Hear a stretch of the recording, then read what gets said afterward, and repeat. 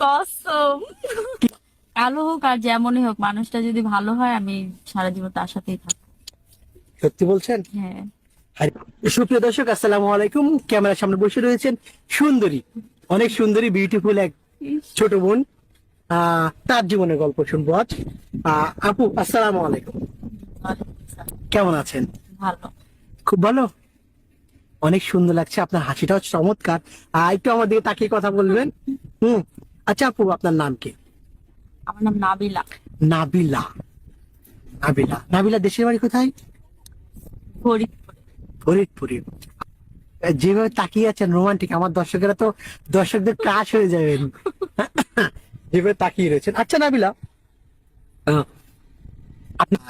আপনার বিয়ে হয় নাই, প্রেম করেছেন কখনো?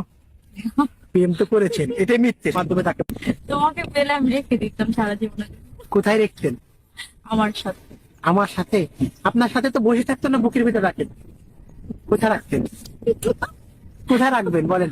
কোথায় রাখবো? একটা মানুষকে যেখানে ভালো রাখার মতন ওইখানে রাখবো। ভালোবাসার স্থানে রাখতেন, যেখান থেকে কখনো হারিয়ে যেতে যে দিতাম না। দিতাম।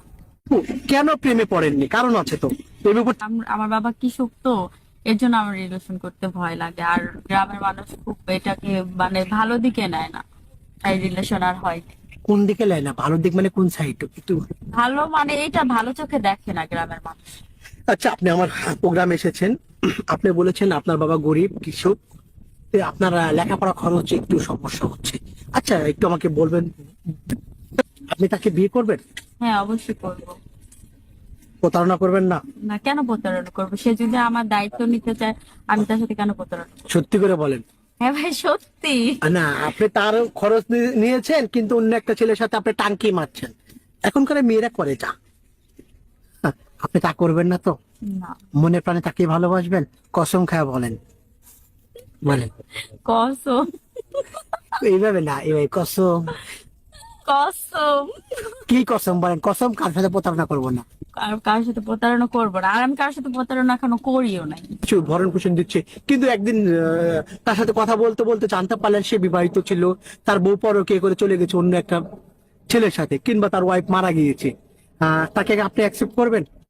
তার তো কোনো দোষ নেই, তার ওয়াইফ মারা যেতেই পারে, এটা তো তার কোনো দায় না। এটা আল্লাহ চাইছে দেখে এরকম হয়েছে। তাকে কি আপনি অ্যাকসেপ্ট করবেন? অবশ্যই। আপনার সাথে বয়সে বড় হলে?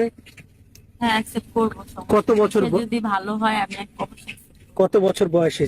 আপনার বয়স 19, তার যদি বয়স হয় 30। সে যদি ভালো হয় আমি accept কি করবো। ভালো? মন দেখতে ভালো না? সব দিক দিয়ে ভালো তো, দেখতে সুন্দর ভালো?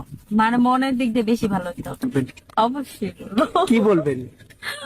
একটা রিলেশনে যেভাবে কথা বলে ওইভাবে। আপনি বলেন না, আমি রিলেশন কখনো করিনি। আমিও করি নাই।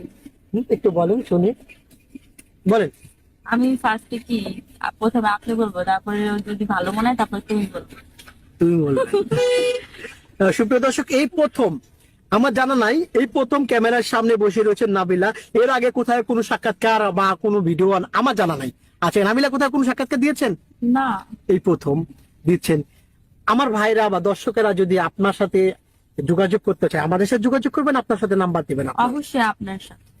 আপনার কোনো নাম্বার দিতে চাচ্ছেন? আমার কোন ফোন নাম্বারই নাই। ফোন নাম্বার নাই। প্রিয় দর্শক, একটি নাম্বার আপনার চোখের সামনে দেখা যাচ্ছে। এই নাম্বারে ইমো আছে, হোয়াটসঅ্যাপ আছে। ইমোতে বা হোয়াটসঅ্যাপে নাবিলার একটা স্ক্রিনশট মেরে পাঠিয়ে দিবেন, আমরা যোগাযোগ করিয়ে দিব। কোনো ভাই সরাসরি ফোন কল করবেন না। ইমোতে বা হোয়াটসঅ্যাপে নাবিলার একটা স্ক্রিনশট মেরে পাঠিয়ে দিবেন, সঙ্গে ভয়েস করে পাঠিয়ে দিবেন, আমরা যোগাযোগ করিয়ে দিব। কোনো ভাই সরাসরি ফোন কল করবেন না, বিশেষভাবে অনুরোধ করছি। ফোন কল করলে আমরা ব্লক করে দিব। দর্শক, আপনার জীবনের গল্প যদি শেয়ার করতে চান তাও বলতে পারেন আমাদের এই নাম্বারে, ভয়েস করে বলে দিবেন, আমরা আপনার জীবনের গল্প প্রচার করব। প্রিয় দর্শক, আবারও বলছি, নাবিলাকে যদি আপনার পছন্দ হয়ে থাকে কিংবা নাবিলার সাথে যোগাযোগ করতে চান, কথা বলতে চান, একটি নাম্বার আপনার চোখের সামনে দেখা যায়। এই নাম্বার ইমো আছে, হোয়াটসঅ্যাপ আছে। ইমোতে বা হোয়াটসঅ্যাপে নাবিলার একটা স্ক্রিনশট পেরে পাঠিয়ে দিবেন, আমরা যোগাযোগ